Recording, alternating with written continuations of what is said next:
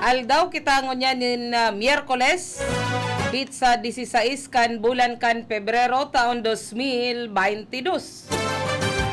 Mga kaibahan ta sa lado technical digdi sa satuyang studio.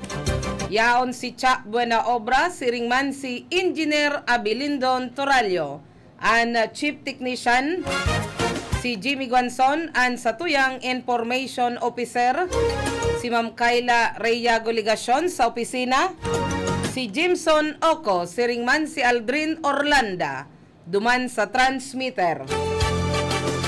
Ako man po sa indong makakaibahan na mahatud kan mga barata sa Radyo Ronda Newswatch Afternoon Edition. Ini po si Gloria Prestado Bungais. Headlines kita kan mga barata sa lado lokal. Sarong aldaw na uplan baklas sinagibo kan Comelec Iriga katabang an man lain-lain na ahensya kan gobyerno digdi sa syudad kan Iriga. Lalaking burat arestado matapos man na magwala asin magpaputok nin badil sa laog kan sarong resort duman sa Banwaan kan Tinambak, Camarines Sur.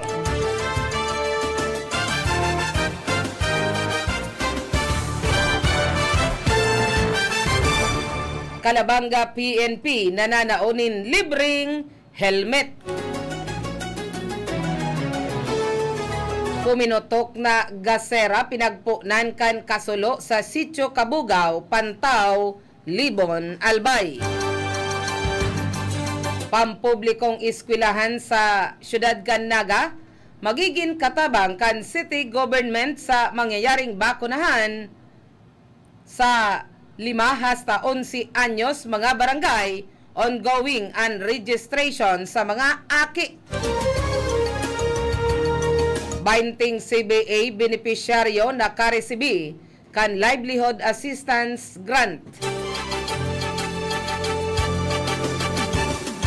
5 tulak kan droga arestado, rinibong kantidad kan shabu, asin man marijuana na konfiskar kan PNP Bicol sa bypass operation. Unity Walk para man sa matuninong na Pirilian 2022 isinagibo sa Masbate sarong batalyon kan Army nakadeploy na sa probinsya. Vaccination card dai gigibo na rekisito sa limitadong face-to-face classes sigon sa liga kan mga barangay sa Camarines Sur. Headlines man kita kan barata sa lado nasyonal. Leni Robredo nanginginot na sa Halalan 2022 survey. Yan po ang nagkakapirasan na sa mga headlines sa tuyang mga barata sa Radyo Ronda Newswatch Afternoon Edition. Ngunyan sa detalyes na kitakan sa tuyang mga barata, nagin matrayumpo kasodma Pebrero 15 taon 2022 ang ginibong oplan baklas sa pamamayon ni Attorney Anthony E. Villases, ang acting Comelec digdi sa syudad kan Iriga. Chairman kan oplan baklas nagsagibo kan Operation Baklas ang Armed Forces of the Philippines, Casoreco 3, DILG, DANR, DPWH asin man PNP.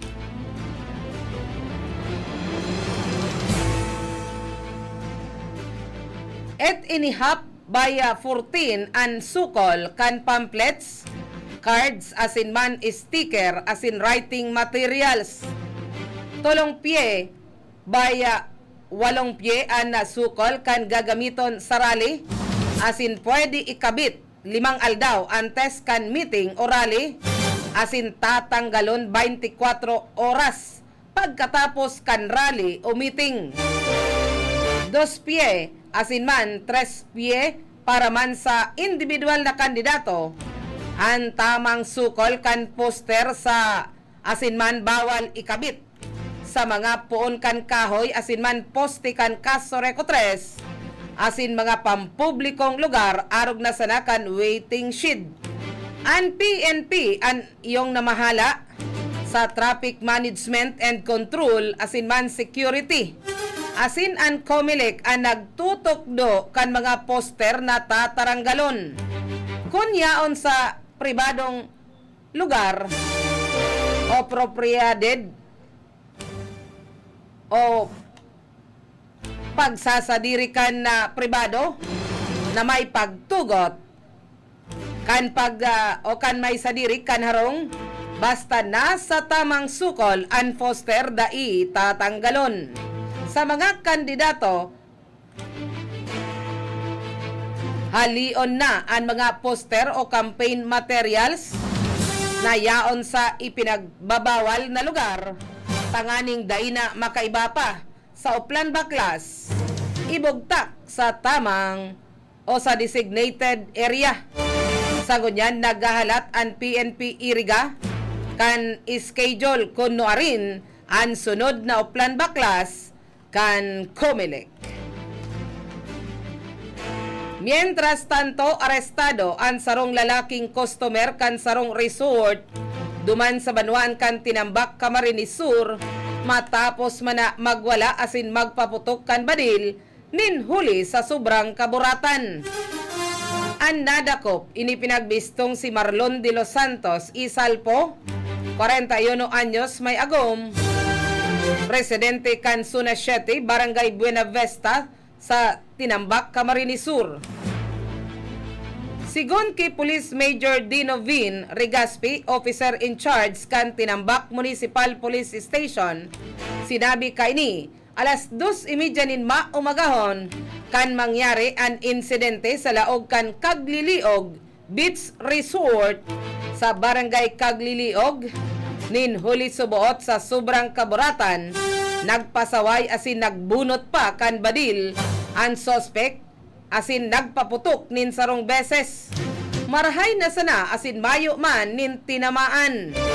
Tulos man na nadisarmaran kan security guard ang suspect asin nabawi ang badil, mientras na ang suspect marikas na duminulag alagad na corner sa isinagibong hot pursuit operation kan mga nagresponding pulis. Maatubang si De Los Santos sa kasong alarm and scandal na may relasyon sa Comelec Ganban.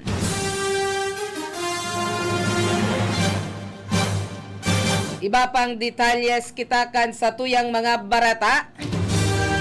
Matrayumpo na naipanao ang 25 helmet sa mga motoristang nag-aaragi sa poblasyon area kan Barangay Santa Cruz asin Barangay Kipayo sa Banwaan kan Calabanga, Camarines Sur. Sigon sa Calabanga PNP, tanganing makaresibi kan sinambitan ng helmet ang sarumana motorista, dapat mayong pagbalgar sa ley trapiko. Saro sa programa kan Calabanga PNP, iyoan sa pulis at helmet, ikaw ay safe. Ini iyoan na libreng pamananao kan libreng helmet sa mga motorista. Ang programang ini subuot ang maserbing pagirumdom sa mga motorista na pirming maglikay sa pagikan pagsusulot kan helmet asin pagsunod sa ley trapiko, tanganing malikayan ang anuman na klase kan aksidente. Maray na hapon ki Gemini Prestado Bongais Salva with BB Blue. Siring man ki Manoy Angeles Bongais asin ki Madam Saliente o Madam Juliet Saliente Giorgio. Sa pagpapadagos paman kita kan sa tuyang mga barata, pasado alas 7 kan Subanggi, Pebrero 15, taon 2022, kan masulo ang harong ni Edna Lauderes Enrico, 31 anyos, kan Sitio Kabugao, Pantaw, Libon, Albay. Nagpuon subuot ang sulo sa tsendahan ni Edna Enrico, sigon sa pinsan kan biktima na si Randy Cal. Nagbugtak subuot nin gas si Edna kan aldaw na ito nasaro sa mga pinagpapabakal niya sa iyang tsendahan. Mayo subuot na kuryente kan mga oras na mangyari kon kaya dai nariparo an mga turo kan gas sa salog kon sain harani ana sa indama na gasera. Puminutok subuot an gasera asin marikas na luminakop an kalayo sa tsendahan kon kaya dali mana luminawas an pamilya Enrico ninhuli sa dakulang kasulo na damay an kadukot na harong kon sain nakaistar an ina ni Edna na si Teresa Lauderes. Mayo subuot na bumbero sa lugar kon kaya nauntok an kalayo pasado alas 8 na nin pagkabanggi na pinagtarabang-tabangan kan mga residente kan sitio Kabugao. Mayo man subuot na nakulgan sa pamilya alagad nagahagad ininintabang ninhuli tamayo sinda na naisalbar na anuman na gamit.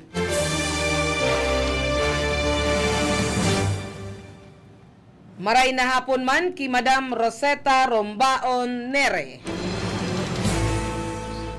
Syertunang magiging sibot an mga pampublikong eskwelahan sa syudad Canaga orog na an nasa elementarya sa mangyayaring bakunahan sa mga aking nasa 5 hasta 11 anyos. Kaput kaya kan mga eskwelahan na ini an kompletong listahan kan mga aki sa barangay ninda sa arog kaining age group.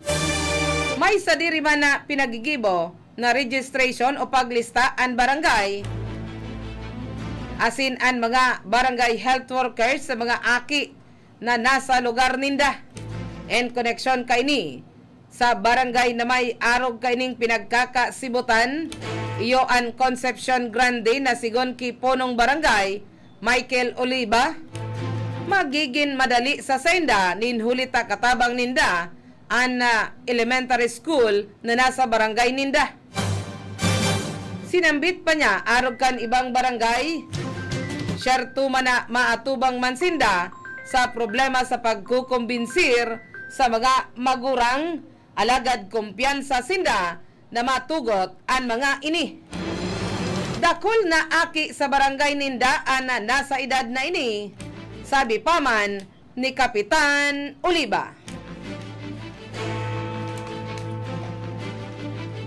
Iba pang detalyes kitakan sa tuyang mga bareta sa lado lokal na nauan DSWD Sustainable Livelihood Program kan Livelihood Assistance Grant ulag sa 20 Conflict Vulnerable Areas o CBA beneficiaryo sa Matnog, Sorsogon. Ang lambang beneficiaryo naka-resibi nin 15,000 de pesos na may kabilugan na kantidad na 300,000 de pesos. Ang sinambitan ng tabang gagamiton para man sa pagpupuon kan sa indama na napili na proyekto o negosyo. Ang SLP saro man na programa kan DSWD na ang katuyuhan mapakusog ang kapasidad kan mga nagpartisipar para man magkaigwanin pusog na kabuhayan. Mantang sa mga maawot na maging parte kan programa, makipagkoordinar sa mga nakadestinong Project Development Officer kan SLP sa indama na lugar, tanganing pangarap nindang kabuhayan o trabaho. Ini an mangyari ninhuli ta pangarap man kan Sustainable Livelihood Program na sinda an matawanan. Maray na hapon man dyan sa syudad Canaga ki classmate ki Josie Tadeo.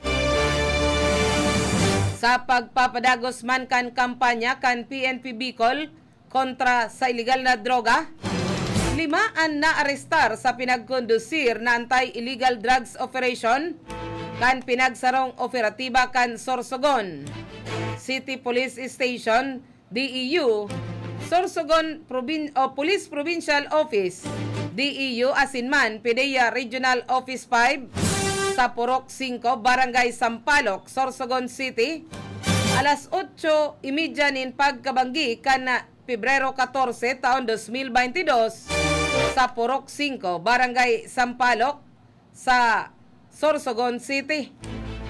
Sigon sa pinagsumiter na report kan Sorsogon Police Provincial Office sa pamamayo ni Police Colonel Arturo B. Brual Jr., Provincial Director, ang mga suspect pinagbistong sinda Rodolph Bal Aranil I. Los Suegro, Francis Eclipse I. Dimaano, Valentin Bercasio I. Narbacan, Ernesto Inahi III I. Lopango, asinman si Jumar Aranil I. Los Suegro, parehas mga residente kan Sorsogon City, asin bagong identified na drug personalities. Ang mga ini nadakop matapos man pabakalan kan mga suspect and pusher buyer kan PNP kan pinaalang na dahon kan marijuana nagkakantidad 1,000. Apwera ka ini nakuaman sa mga tulak an aboton sa 50 gramo kan pinagdududahan shabu na igwang street value na 340,000 de pesos, asin man 10 gramo kan marijuana na nagkakantidad 1,200 pesos. Ang mga dadakop yaon na ngunyan sa kustodiya kan Sorsogon PNP para man sa magkakanigong disposisyon asin eksaminasyon asin kasong pagbalgar sa Republic Act 9165 o Comprehensive Dangerous Drugs Act of 2002 ang kakaatubangon kan mga ini.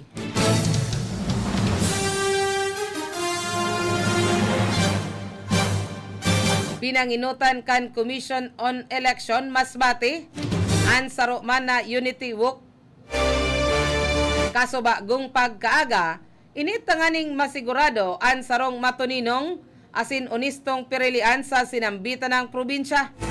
Sigon ki Masbate Election Supervisor Attorney Maria Aurea Bunao, apwera sa Unity Walk, isinabay naman ang interfaith rally sa aktibidad na pinag-atindiran kan man lain-lain na sekta kan relihiyon sa probinsya. Nag-atindir man ang mga nagkakapirang mga kandidato na madalagan para man sa ralangkaw na posisyon sa Masbate. Kasabay man na pinaglansar ang safe election o safe, accurate, free and fair election, asin nagkaigwanin candidates briefing, voters education, asin vote counting machine o BCM roadshow. Maugmaan Comelec nin hulita kadakol ang nag-atindir sa aktibidad. Naglalaom ang ahensya na dagos-dagos na magiging matuninong ang pirilian sa Masbate. Mayo pa sigon ki Bunao na nairehistrong election-related violence sa probinsya, puon kan magpuon ang election period. Alagad na dugang na kan sarong batalyon nin army sa probinsya.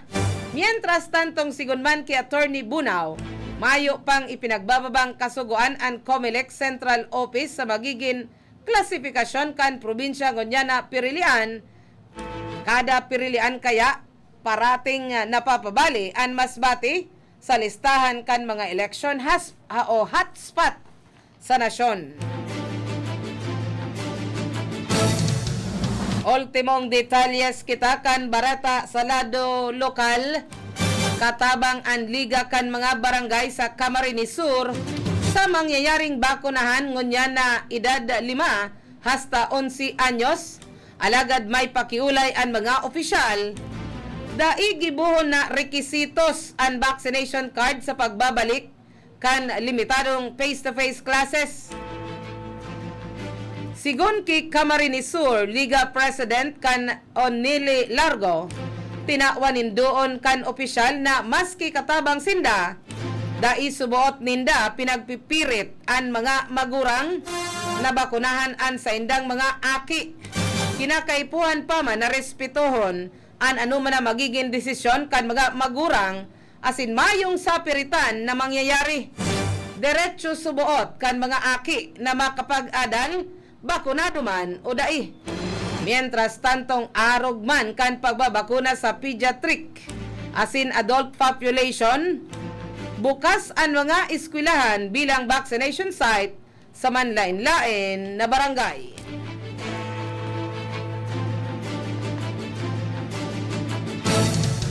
Ngunyan detalyes na kita kan barata sa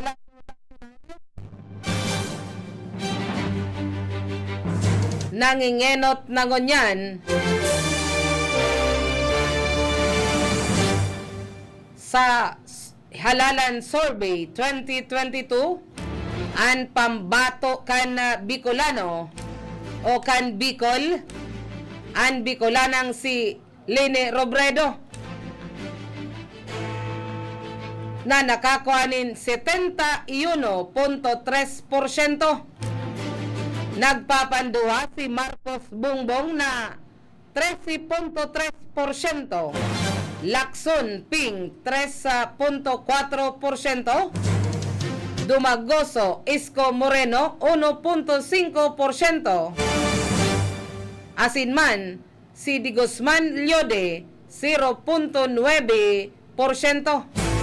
Ang sinambitan ng Halalan 2022 survey ini pinagpaluwas kan The Crusader publication.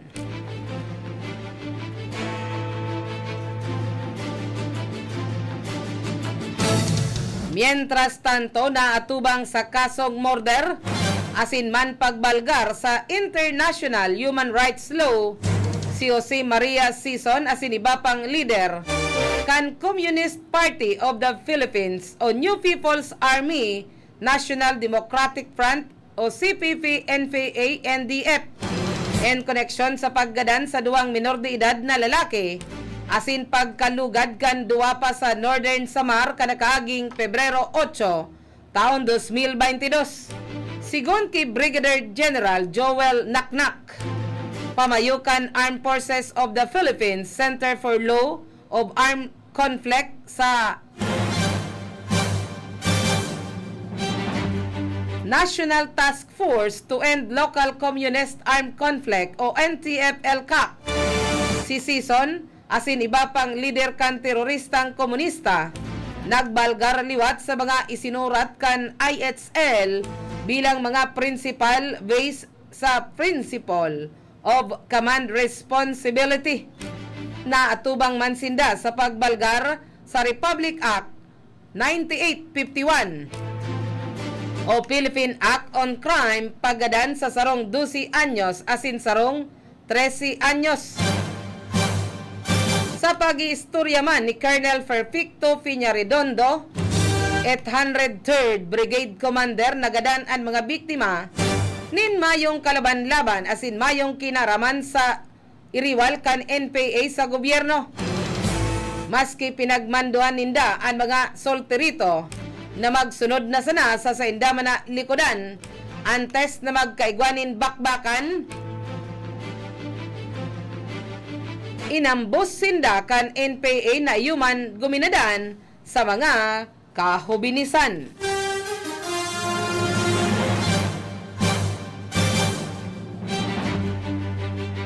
Iba pang detalyes kita kan barata liwat na produktong petrolyo. Poon ngonyan, inina an ikapitong sunod na mayong untok na oil price hike.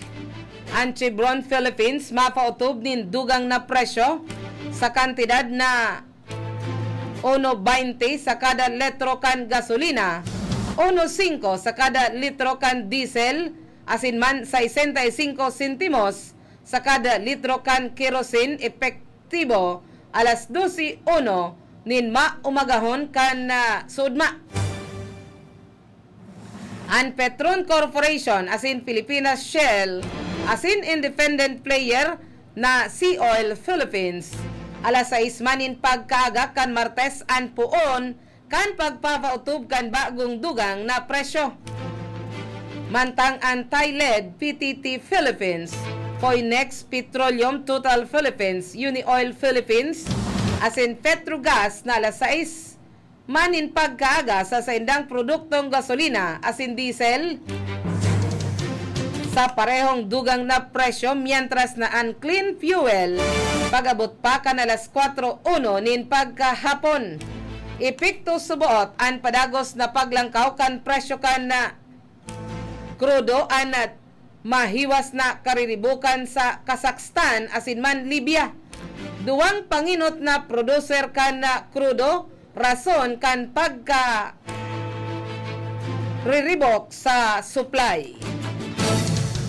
Yan na po ang naging kataripunan kan sa tuyang pagbabarata sa Radyo Ronda News Watch Afternoon Edition.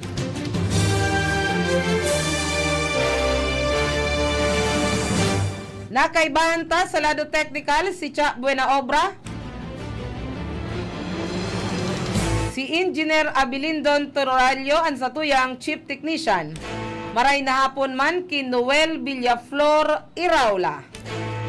Si Jimmy Guanzon ang satuyang Information Officer.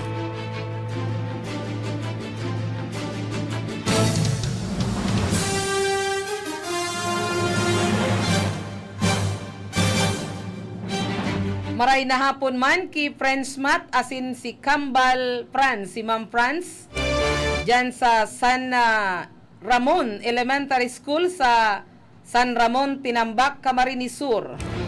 Asin man ki Nanette Bonnie Remon. Sa opisina si Ma'am Kayla Rey Ligacion, si Jameson Oco, siringman si Aldrin Orlanda, duman sa transmitter.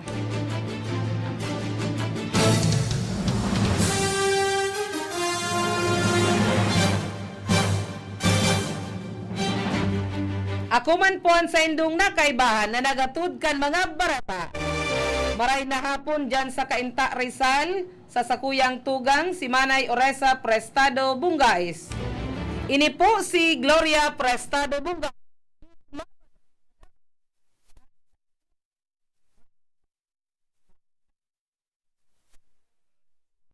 Afternoon Edition. An oras na ini hatod sa Indo ni Honorable John J. Fortuna, Municipal Councilor, Nabua, Camarines Sur. Sa panahonin pandemya, pakusugon ang satuyang resistensya, magkakanin masustansyang mga pagkakan, uminom nin dakol na tubig, mag-ehersisyo, asin magpangaji. Sa rong mensahe hatod man sa Indo ni Mercy Oliva Almazan Villarreal.